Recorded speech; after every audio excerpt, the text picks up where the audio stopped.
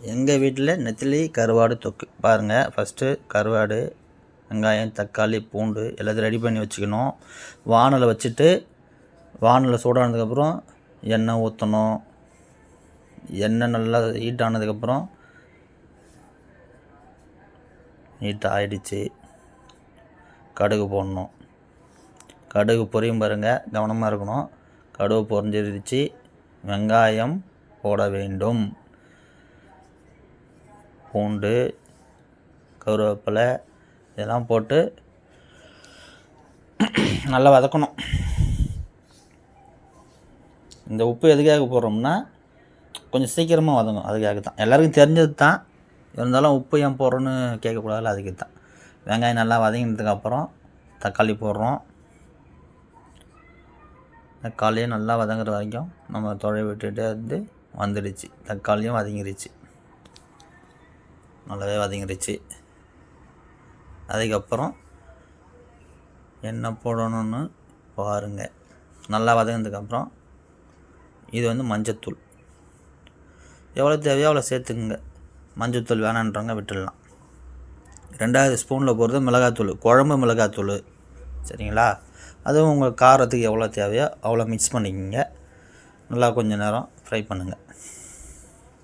நல்லா ஃப்ரை பண்ணிட்டு நல்லா வதக்கணும். இதுவும் வதங்கிடுச்சு.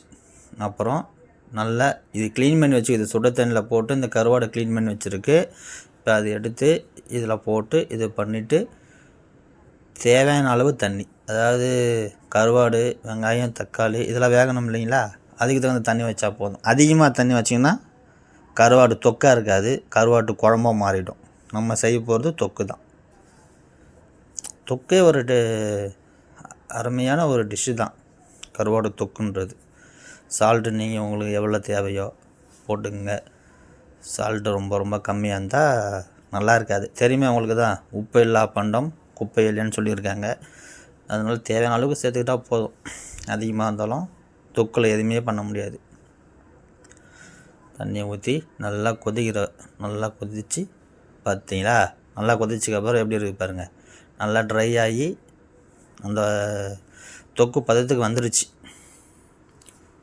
வந்தோடனே சாப்பாடு ரெடி ஆகிடுச்சு, தொக்கு ரெடி ஆகிடுச்சு, சாப்பாடெல்லாம் போட்டாச்சு. இப்போ சாப்பாடை போகிறோம். முட்டை தொக்கு பற்றி நான் இன்னொரு நாளைக்கு சொல்கிறேன். இருந்தாலும் இன்றைக்கி அதையும் நாங்கள் செஞ்சோம் சாப்பிட்றதுக்காக. பார்க்க எப்படி இருக்குல்ல.